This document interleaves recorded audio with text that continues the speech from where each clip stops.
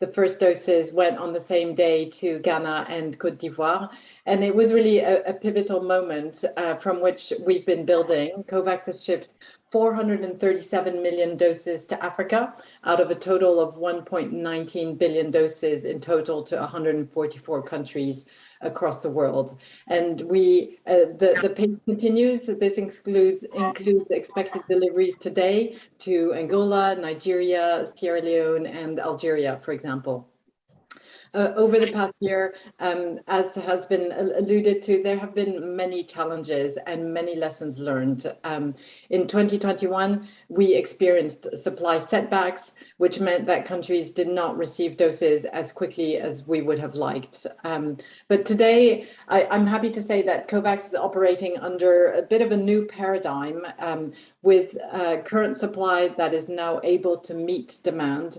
We have the ability to be responsive to countries' individual vaccination strategies. And this means ensuring that countries have stocks in country so they can administer literally as fast as they are able to. It also means offering longer-term visibility on supply so that countries can do comprehensive and nationwide planning. And it also means being able to offer a variety of different vaccines so that all settings and contexts can be catered for according to country needs and specific requirements. We have around 36% of the population in the advanced market countries that are now vaccinated with 2 shots. COVAX's priority is helping those countries that are furthest behind and making sure that we are still pushing towards the vulnerable populations and the high-risk groups getting their full protection. Despite the vaccine equity gap narrowing, there still is a really important gap that we need to address between higher income countries and the lower income countries. We've put together the COVID-19 Country Readiness and Delivery Partnership, and we're committed to working with countries to address the challenges and provide the technical assistance where needed to make vaccines become vaccinations. And alongside our other priority for 2022 is to ensure that lower income economies are not at the back of the queue like we've seen in the past. If we see further developments in this pandemic, which unfortunately we cannot rule out, for example, if we need additional shots, if we need variant adapted vaccines or any other scenario. And this is why Gavi and the COVAX partners have launched a campaign. We're raising at least $5.2 billion in additional upfront funding by the end of March 2022. This money will fund a vaccine pool to protect against unknowns. It'll invest in the very needed delivery to help push to close the equity gap, and it will help fund ancillaries such as syringes for donated doses. So I'm going to hand it back to you. I want to leave as much time as possible for questions, but just before I end my remarks, I would just like to say that I do believe we can break the pandemic in 2022. To do this, we're counting on our donors, we're counting on our suppliers, but most of all, we're counting on countries that are heroically rolling out national vaccination programs at the same time as maintaining many other health priorities and immunization services. Thank you very much. Back to you. Thank you very much, Aurelia. Now we'll turn to Maxine. Could you share some insights from Unicef on community engagement and vaccine uptake? Thank you so much. Thank you. Warm greetings, everyone, and many thanks to WHO colleagues for the invitation to be on this panel and to share Rwanda's experience in community engagement for COVID-19 vaccine rollout. A year ago, COVID-19 vaccines were added to Rwanda's arsenal, boosting efforts to beat back the pandemic. Given that the acceptance and uptakes of vaccines presented many challenges, the vaccines were new, they were initially intended only for adults, and people were unsure of their efficacy and safety, Ministry of Health of Rwanda stepped up to lead the vaccine demand generation effort with the support of many partners. Community engagement interventions we are supporting the government on are designed with the communities based on systematic social and behavioral data analysis, social listening, and community feedback. We are supplementing our work, of course, at community level by leveraging mass media and technology-based solutions and engaging with the wide range of frontline workers and influencers. Rwanda has achieved high levels of vaccine confidence. If in March 2020, the level of willingness was around 60%, throughout 2021, it remained at around 90%. To date, over 2 million people in Rwanda were able to directly participate in COVID-19 community engagement, including persons with disabilities and refugee populations, among other vulnerable population segments. Let me share just a few examples of the work that we have been supporting so far in the community engagement. Since 2020, a network of trained Rwanda Red Cross Society volunteers has been implementing a community-level feedback collection, rumor tracking, and information dissemination mechanisms across the country. The data generated by the volunteers helps regularly inform the ongoing national campaign entitled Sindohoka. Loosely translated from Kinyarwanda, it means I will never give up. Over 6 million people are regularly reached with correct information through national and community radio programs, radio stations at car parks and markets, community sensitization sessions, and house-to-house visits. The feedback received from the communities is directed to appropriate local authorities and the Ministry of Health for timely action. Also, we engage with the communities through the national network of youth volunteers, which are different from Red Cross volunteers, who provide examples and testimonies by vaccinating themselves. In April 2021, I have to mention this, the community rapid assessment showed that 59% of the respondents considered youth volunteers among the most trusted community actors for vaccine demand generation, along with frontline health workers and religious leaders. If I'm quickly to focus on a few lessons drawn from our work so far, one is that Rwanda's Ebola virus disease preparedness experience since 2018 was critical for smoothly transitioning to the COVID-19 response and vaccine rollout. Two, interventions for social and behavior change should remain a dynamic process based on the latest evidence and maintaining the dialogue by linking those who do not necessarily trust science through culturally appropriate and contextualized communication. I'm pleased to report that over a period of time, through greater community consultation, the national campaign that I mentioned earlier evolved into the one which calls upon all citizens to take the responsibility to protect themselves and those around them from COVID-19 by taking more ownership. And it's really driven by a collective will to beat this pandemic once and for all, and all of us have so many different reasons for that. Another lesson is that the smart use of technology strengthens the impacts of community engagement. Tools such as interactive voice response, Internet of Good Things, WhatsApp, government hotline contribute to evidence generation, information dissemination, and contactless two-way communication for feedback collection. One more lesson is that the engagement with trusted figures to transmit accurate information and encourage vaccine uptake by showing their own example is key to maintain community dialogue and trust at grassroots level. Finally, designing the partnership in a participatory way, putting community members in the center of planning and implementation, allows us not only to increase trust, but also to expand the scope of each partnership to cover other areas in the context of COVID-19, such as inclusion of children and adults with disabilities, child online protection, adolescents' mental health, positive parenting, continued education, to mention just a few. In conclusion, let me say that Unicef, WHO, and other key stakeholders in Rwanda, with support of partners like Gavi, the Vaccine Alliance, will continue supporting the government's effort in community engagement for vaccine confidence and uptake. In 2022, we plan to further strengthen our work in evidence generation, capacity development, designing innovative interventions with the communities, including with and for children, based on the emerging needs and priorities. Thank you, and over to you.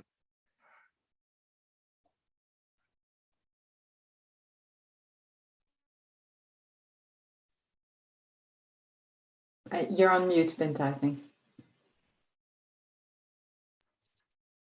Binta. Apologies. Now that we've heard from all our panelists, it's your turn to ask questions. And to do this, please use the question and answer button function on the Zoom application. And remember, you will need to provide your name, the name of the news organizations that you're representing, in order to have your questions asked. And If you want to ask questions live, please indicate this. We also have on hand to answer your questions, Dr. Chama Balde, the Regional COVID-19 Incident Manager.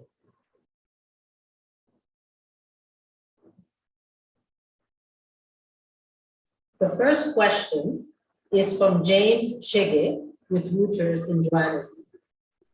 The question is WHO's target to get 70% of the world's population vaccinated by the middle of this year realistic? The question can go to Fiona. Over to you, Fiona.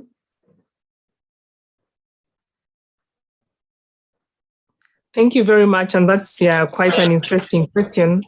So the 70% target was set last year, and we must note that 2 African countries have already hit this target. We have Seychelles and Mauritius that have hit that June 2022 target of 70%. So we know that many African countries are far away from this 70% target. However, what I've mentioned with all the partners coming together now and the partnership that Aurelia talked about to increase the uptake, we are doing all we can to ensure that we meet this 70% target. We are not yet out of the pandemic, and like we mentioned, the only way out of this pandemic right now is the vaccination. So whatever it takes, we shall do whatever it takes to support countries to ensure that we meet the 70% target. Thank you very much, Fiona. Aurelia, would you like to add anything to the answer? I mean, I would echo the fact that there, as we've seen in the over the last 2 years, we've had new variants emerge on average every 4 months, and it is too early to say what is going to happen over the course. So we need to, I think, to be prepared, and that really goes through focusing our efforts on protecting with primary vaccination and boosters the high-risk populations, and ensuring that we can have as high coverage as possible. From a COVAX perspective, we really want to be able to support countries' national vaccination plans as they are defined, and be able to achieve a high coverage in order to be able to protect healthcare systems and resume economic activity. Thank you very much. Now we'll go to a live question from Paul from the Lancet. Over to you, Paul. Yes, thank you very much. So I have a question for Dr. Fiona, and hopefully Aurelia can also comment, which is considering Africa's population is mostly for the young demography, does a new approach targeting promoting vaccination among children a reasonable strategy to close Africa's vaccination gaps, and whether promoting vaccination adoption among the adult population has already peaked? I also have a question regarding medical oxygen. We've had a number of initiatives to aim at promoting and expanding access to medical oxygen. Is there a latest update on this? And as the pandemic gradually becomes endemic, what is the longer term approach towards ensuring that countries continue to have oxygen supply? And my last question, I don't know if Dr. Nixie is available, has to do with transforming progresses made in expanding pathogen genomic sequencing capabilities to closing Africa's disparity gaps in human genomics. I don't know whether that initiative is also something that we can quickly see. Thank you very much. Thank you. For the first 2 questions, Fiona, could you please answer?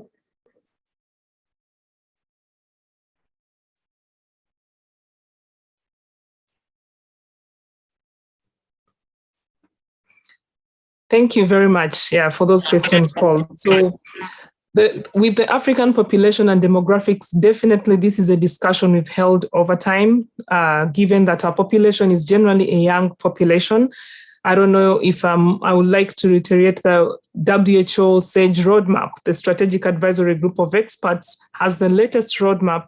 And from information and data that we have, this still vaccinating the highest priority groups and ensuring we cover everybody in that priority group and give them booster doses still has a higher public health impact than vaccinating younger people. And why is this? It's because we have seen, and we all know by now, that these people, when affected when they get in contact with the COVID-19 virus, they are the people who are very vulnerable to being severely ill and getting to hospital. And as we say, the vaccination, the first part was to ensure we get out of the acute phase of the pandemic. So we still have these people, the older adults, the people with comorbidities, and healthcare workers requiring to all be vaccinated first, get their booster doses so that we protect our health system. Then now we move to the younger age groups, which are basically, I'm talking of below 50, to ensure that we also, because these are people, we have the younger adults, the 20-year-olds and 30-year-olds who make up most of the public spaces and the super spreader events. So we also need them protected because they're still spreading the virus and again get in contact with those who are susceptible to the more severe forms of the disease. So the vaccinating of children, we are really not saying vaccinate people for the sake of getting to 70%. Right now, we have asked all countries and actually supporting them using the information they have from their demographics, from the epidemiology of the disease and how it has gone given the past 2 years that we've been through this pandemic, to make decisions on which age groups to vaccinate. They have all made decisions even on their targets. Some countries don't even have 50% of their populations above the age of 18. So these countries have all made decisions depending on how they're seeing the spread in their countries, how they're seeing who is more affected. For example, school-going children, now we know when schools opened in several countries, the transmission rates became really high. We thank God that Omicron was not as virulent and as aggressive as the other variants. And as mentioned by our Unicef colleague, by Max, more variants are coming. Already also mentioned the same, more variants are coming and we don't know how they will behave. So we are trying to ensure everybody who can be protected needs to be protected right now. Our demographics aside, countries have been given the leeway and we are supporting them to set their own realistic targets. The 70% benchmark is for us to compare with the rest of the globe. Thank you, Fiona. Aurelia, would you like to add anything to this response? Just to, maybe underline the point that the pandemic is going to continue to evolve. We have the national context and the public health strategies that should continue to evolve with it. And also perhaps to highlight that the definition of what we call effective coverage is perhaps going to change when we think about variant adapted vaccines or pediatric vaccinations looking forward. And that may influence the recommended public health strategies that countries want to undertake. In many high-income countries, for example, right now, effective coverage means 3 doses, not 2 doses, as it has done in the past. So I think we need to stay alive to this and to the evolution of the disease as well. And really, again, to say, a good protection needs to start with high-risk populations, and those are not yet fully protected against severe disease. So the first emphasis should go there, and then we should look to broaden out and stay alive to what amounts to effective coverage. Thank you. Paul had a question on medical oxygen. Could we ask Gianno Balde to respond? Yes, thank you. Yeah, thank you very much. And thanks for the question. Maybe there were 2 questions. The first one was related to the oxygen capacity. Yes, indeed, countries are really working. Since the Delta variant here, we have seen, the consequences of that variant, in terms of hospitalization and with the high number of severe and critical patients. So definitely the provision of adequate capacities in terms of oxygen, I mean, is something which is very important. And in the region here, most of the countries are really working on this, and the World Health Organization has been supporting countries in the repair of these PSA plants, you know, for the production of oxygen in countries like in the DRC, in Goma, and also in other countries like in Ethiopia and even in Kenya as well. So in addition to this repair to the PSA plants, also there are all of the other mechanisms like the procurement of oxygen cylinders. I mean, how can we stockpile enough oxygen cylinders for the distribution? We saw that was a major challenge in countries like Uganda, you know, during the third wave of this pandemic in around August and September 2021. So definitely being ready for that and augmenting those capacities, this is something which is important. The World Health Organization is providing the technical support, but this can require also more resources, more financial resources, more donors, more other partners who have those type of resources, you know, need to be also involved a bit more, you know, into this process. Now, coming back to your second question around the genomic sequencing, this also is a real important pillar of the response during the pandemic, as we are seeing these changes, I mean, with the new variants, and we are really relying a lot, the World Health Organization in relying a lot on some of these regional laboratories, both in South Africa, but at the meantime also in the others like in Kenya with KEMRI, but also in Uganda with UVRI, and also in DRC with the ENRB, and also the Institut Pasteur of Dakar. So we are leveraging on all of these different countries. First, I mean, to do the sequencing for the countries who does not really have those capacities or have those limited capacities for increasing, I mean, that testing, that sequencing, I mean, of the variant of the samples which has been collected. But at the meantime, therefore, I mean, in countries where those capacities exist, obviously to make more procurement of the reagents. And the last point also, it's all of the training that which are ongoing. It's really one of the major pillars of the response actions currently, especially given the fact that we might not know, as the colleague said, which new variant will come. So being able to detect those variants is something which is really a critical and of major importance. Thank you, and back to you. Thank you very much, Chairman. Now we can go to a question from Nicholas Barrio from the Wall Street Journal. What's WHO's take on the move by countries such as Uganda, which are preparing legislation to make COVID-19 jabs mandatory? The law even proposes jail terms for violators. Is this the best way to get past vaccine hesitancy? Fiona, could you begin with a response? Yeah, so WHO generally recommends that vaccine mandates are not used to increase the uptake. We do recommend that communities are engaged, people are given the right information and make these decisions. However, a country like Uganda, which has Uganda is one of the few countries globally that does have a vaccine law. And this would not start with the COVID vaccine, because in Uganda, before any child enters school, they must be fully vaccinated and evidence shown. And whenever there are campaigns in the country, it is mandatory for every child, for example, to get vaccinated with that polio or measles and rubella vaccine. So this is not the first time that this would happen. However, WHO does not recommend mandates.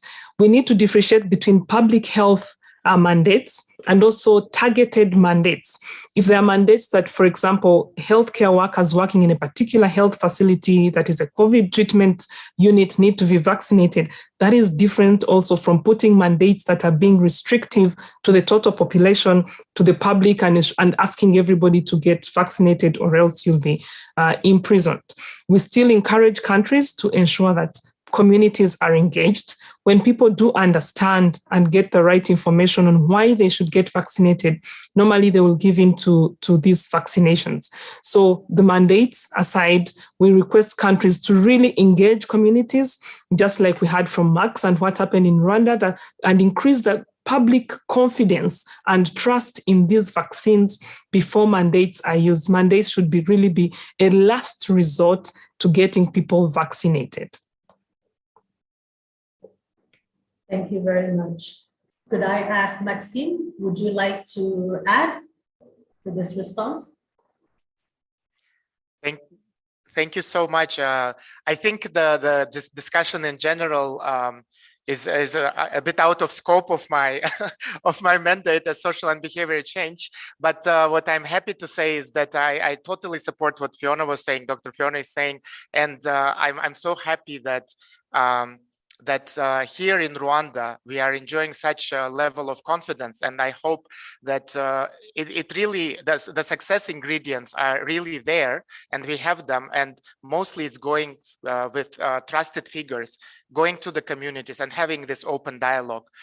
This is what really helps us to maintain this high level of confidence. And hopefully, as I said, we are stepping up in 2022 to really close the gap, this 10% gap, which is remaining in terms of the willingness to vaccinate. And hopefully we will be able to do that. Thank you. Thank you, Maxime. So our next question is from Dorcas from BBC, and it's addressed to Aurelia. How is COVAX responding to the challenge of the COVID-19 vaccine supply outstripping the demand, particularly in countries without adequate infrastructure and growing hesitancy and refusal?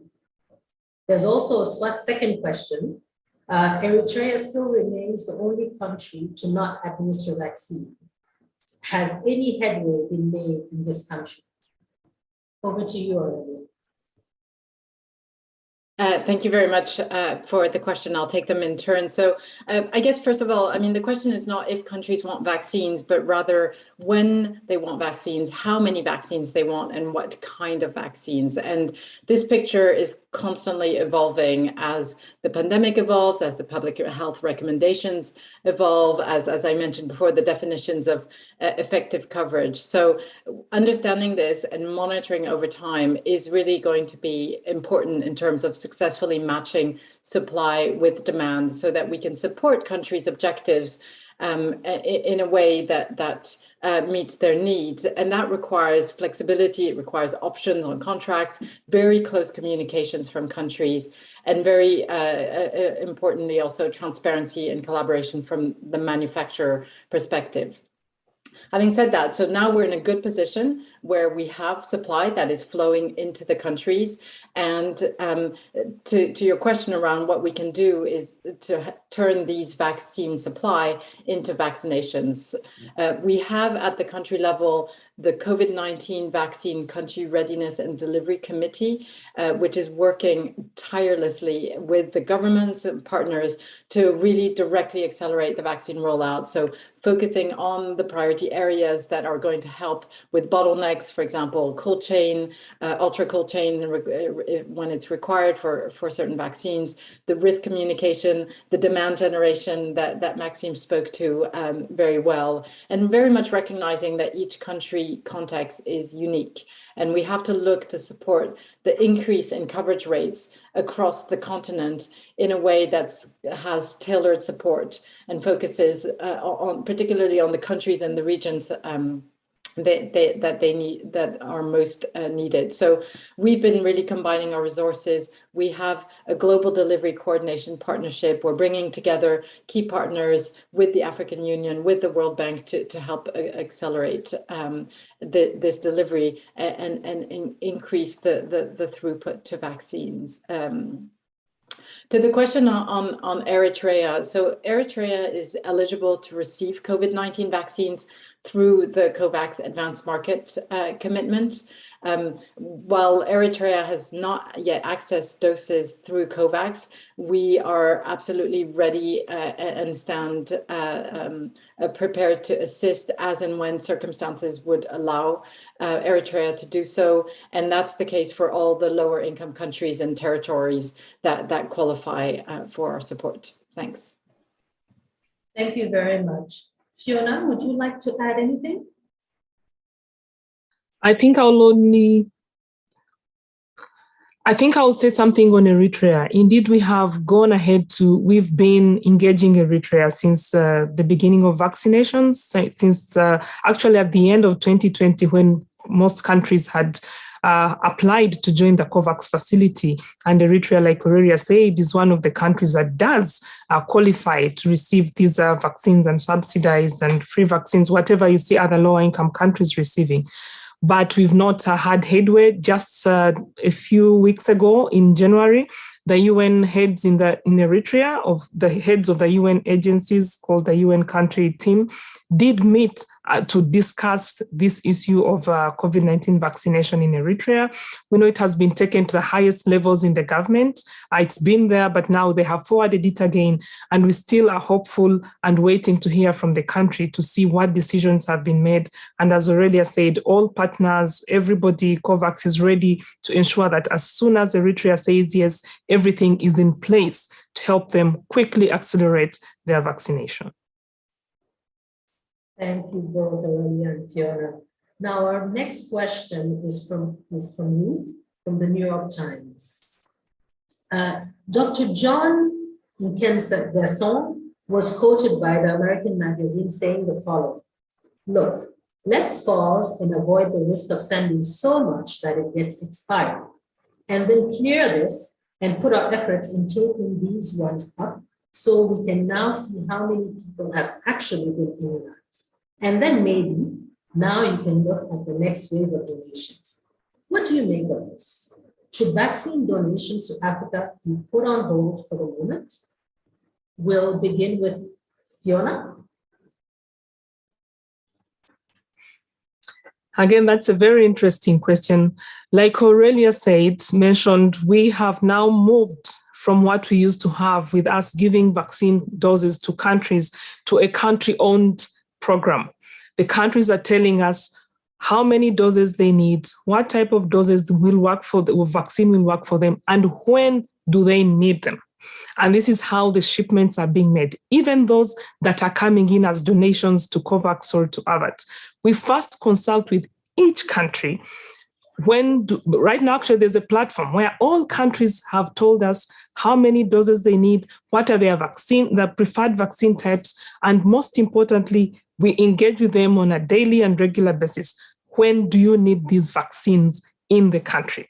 So since this has moved from a push system to a pull system, now we actually don't think that there should be a pause to these donations. Africa in particular has survived on the donations that have come from the good, willing countries, the richer and wealthier countries through the COVAX facility, even through the bilateral deals. And as we mentioned, we are putting in place so much support from partners, tailored support to countries to ensure that we quickly ramp up the vaccination. So if we ramp up the vaccination, that means we are changing the trends that we saw in 2021 to see that, and as I mentioned in my opening statement, we've seen tripling of vaccination in just 2 weeks in some countries. So things are going to change. So if we use the 2021 trends, will just not be realistic because the trends right now are changing. We're accelerating the scale up, meaning we need many more doses. So since we are using a pull system now, would know what doses and the number of doses that should come and at what time, so that donors can continue giving us these doses. Thank you, Fiona. Aurelia, would you like to add anything? Thanks. Yes. I mean, maybe just to reflect a little bit on the numbers. COVAX has shipped 437 million doses to 50 African Union countries. Overall, it accounts for 68% of the supply to Africa. So that's the sort of Africa picture. On a sort of global level, about 500 million doses supplied to low-income countries have come from donated doses. And as Fiona just mentioned, all the doses were shipped after the countries have accepted them. So from our perspective, dose sharing will remain an important aspect of the global vaccination effort, really as we focus on closing the vaccine equity gap. It is really important that we ensure that the supply remains aligned with the demand. And back to the point earlier in terms of really making having very close dialogues so that shipments to countries continue to match the country needs, continues to match the national vaccination strategies. We're very much in touch with the donors in terms of the offers they make, and our acceptances really heavily rely on having longer shelf lives, on ensuring it meets country demand that's expressed. And and for countries in Africa, but also globally. Thank you. Now we'll go to a question from Emery Makuneno from BBC News. The first question is for Dr. Chamabalde. Is WHO expecting the COVID-19 pandemic to linger up to 2024, the year the selected African countries can start manufacturing the vaccines by that time as announced? Over to you, Dr. Chamabalde. Thank you for the question. I think efforts are ongoing, and it's somehow difficult to predict, all of these different milestones.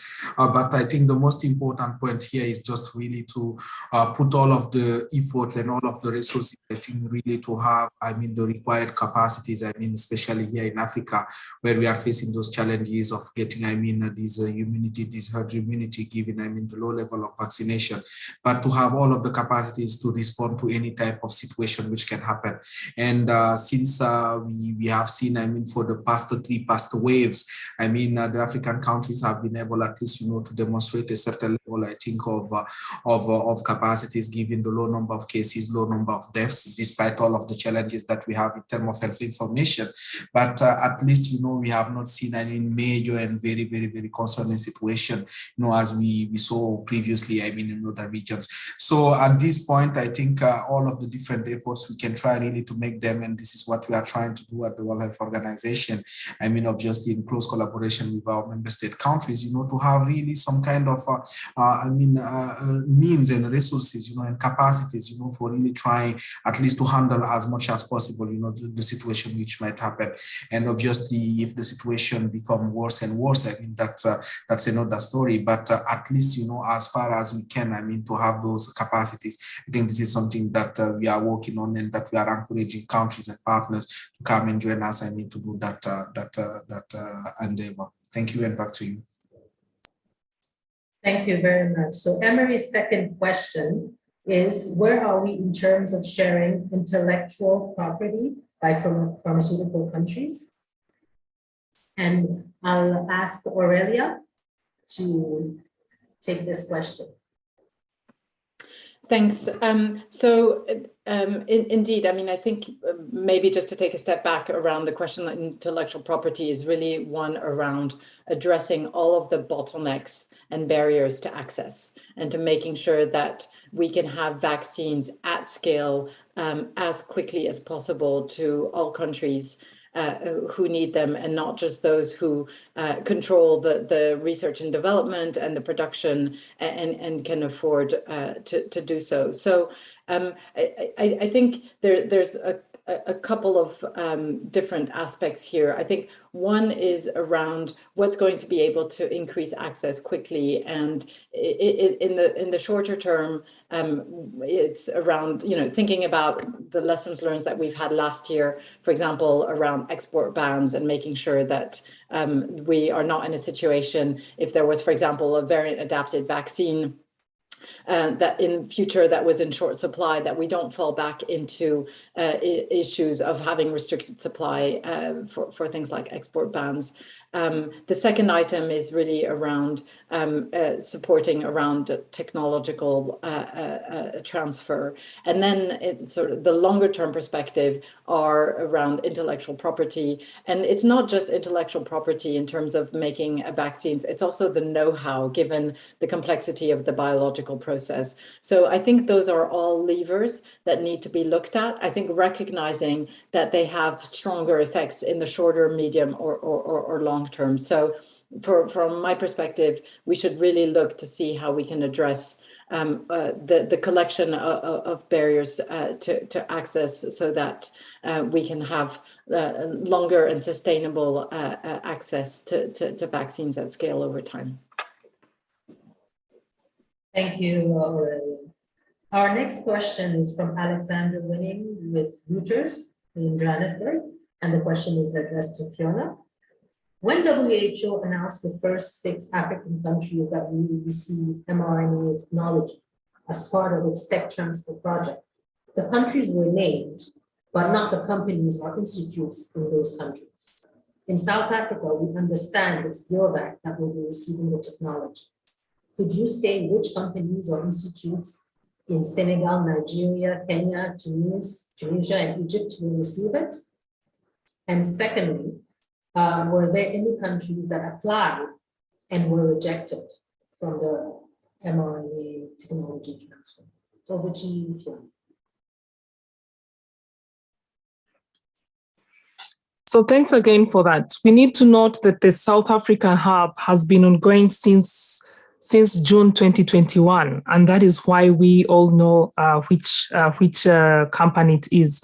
But for the rest, it has just been recent announcements, and of course, we know that the engagements with countries are still going on. And once these have been finalized, and then this information is ready out, once the arrangements have been finalized, then we'll all get to know and get informed. So what we know for now, we know the South Africa one because it has been ongoing since June 2021. So when it comes to how many countries did apply and were there any rejections, we know that 20 countries did apply, and that's very encouraging. And of course, there's a long review process, the visiting of the countries, the site visits and all that they have to go through. And 13 countries, so far from the announcement we had yesterday, we have 13 countries globally. But on the continent, we know that still engagements are still ongoing.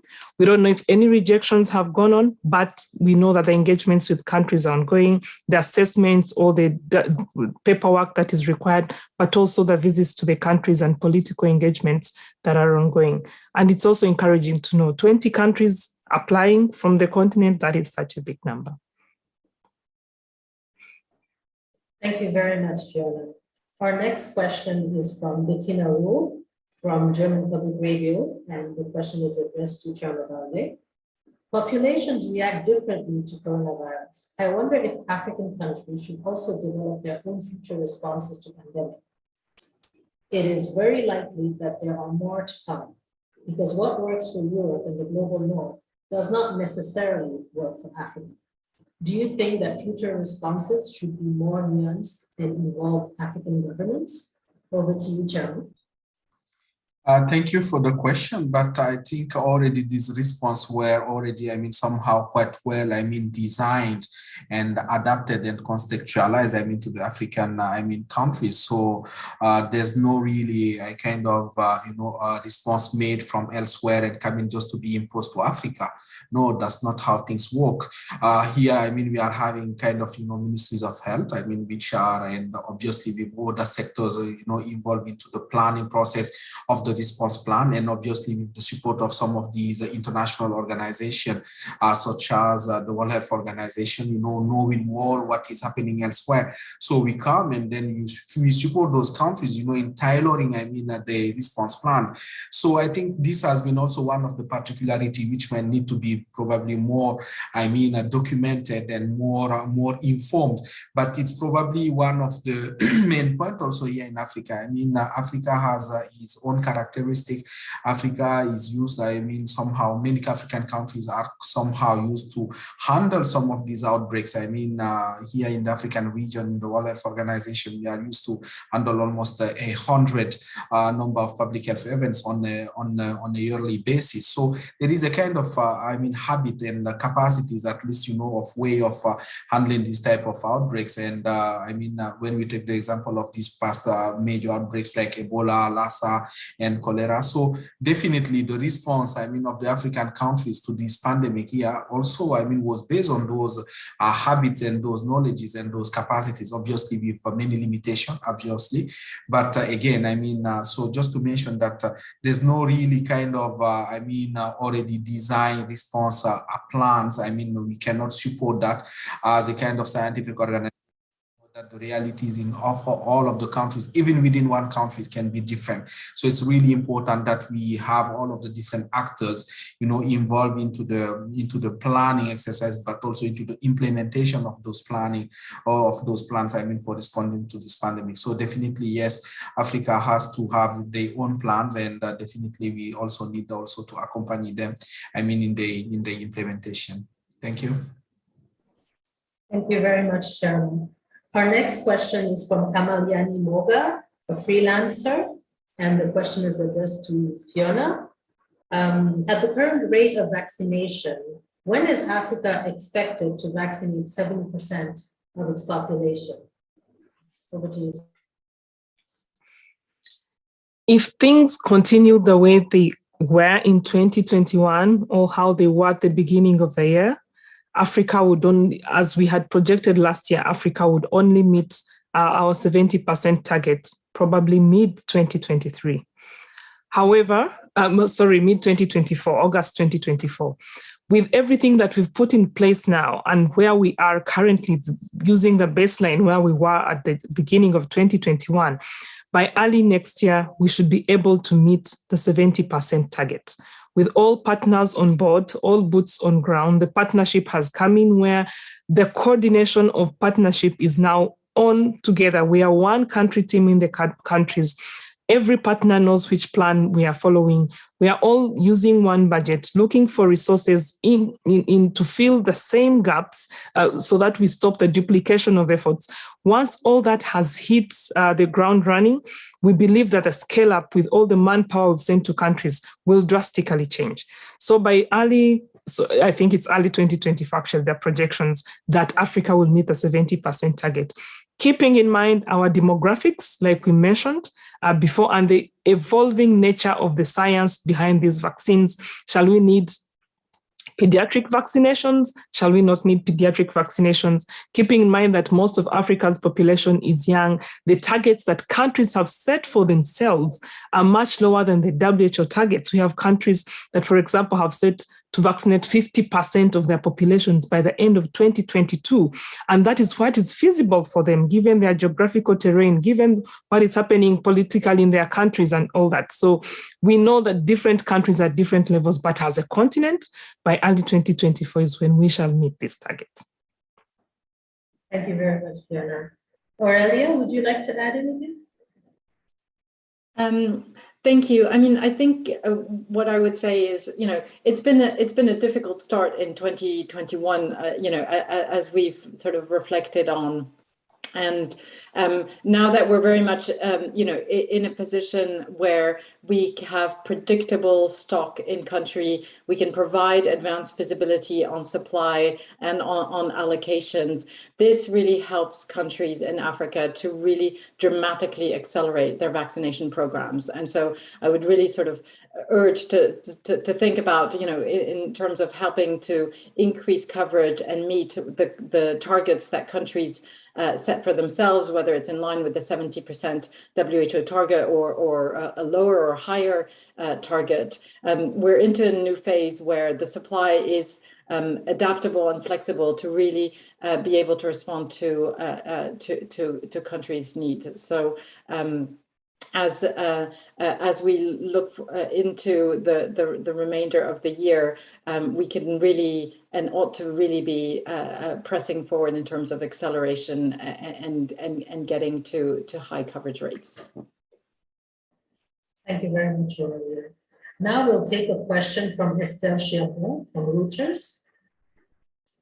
A document seen by Reuters shows that in January, the global vaccine distribution scheme, COVAX, was struggling to place more than 300 billion COVID vaccine doses as supply outstripped demand for the first time. What more can be done to encourage uptake and get shots into the arms in Africa? Over to you.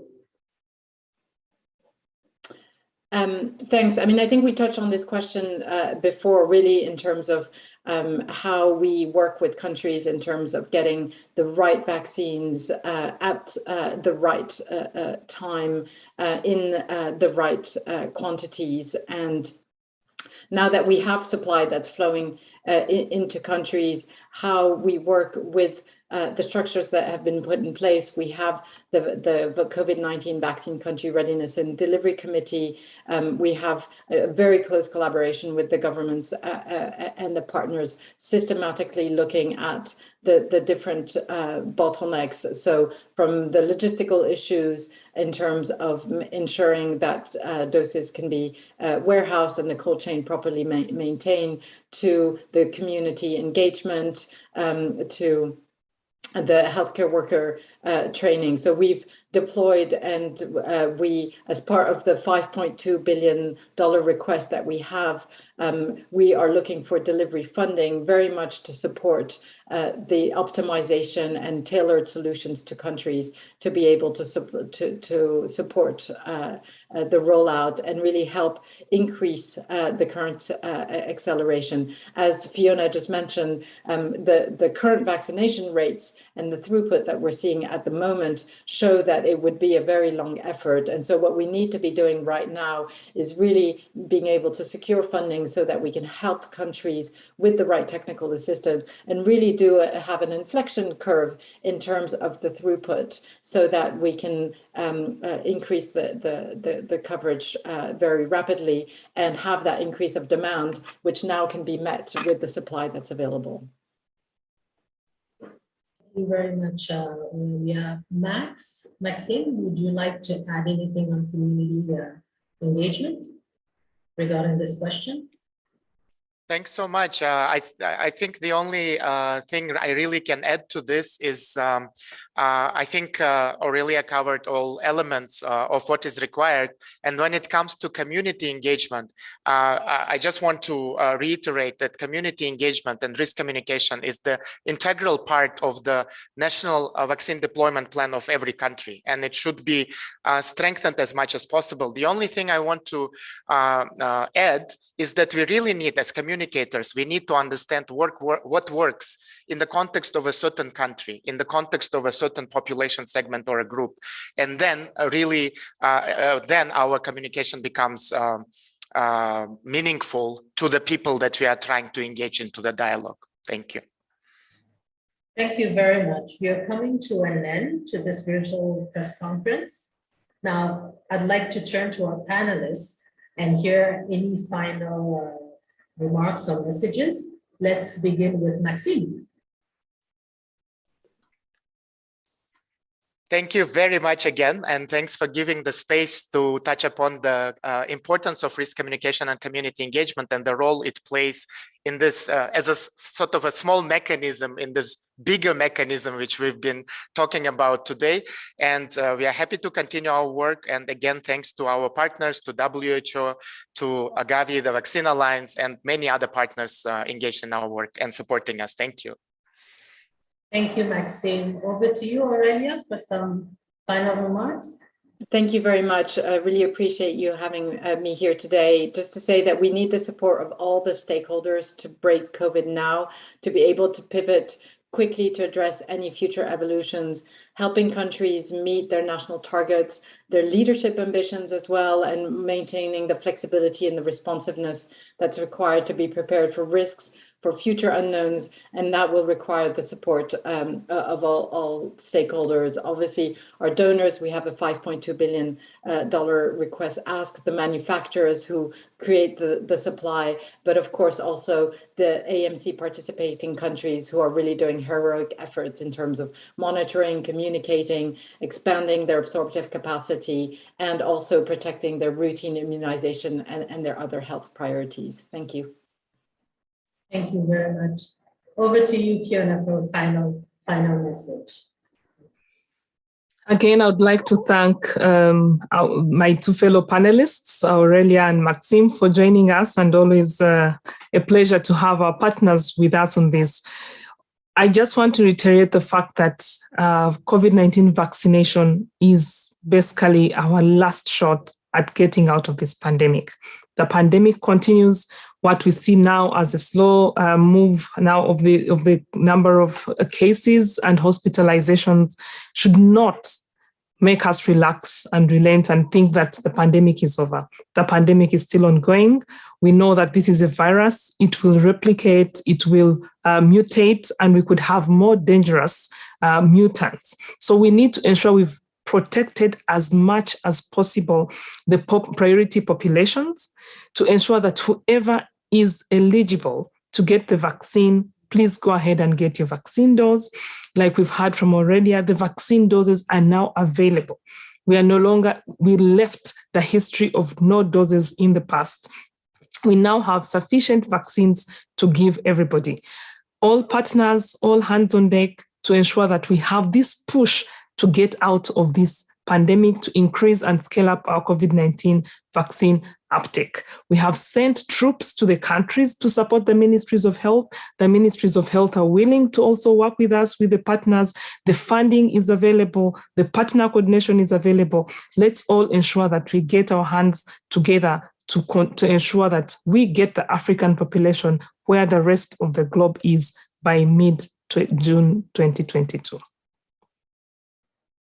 Thank you very much. I would like to thank all the panelists. Thank you very much and have a good day. Thank you all. Bye.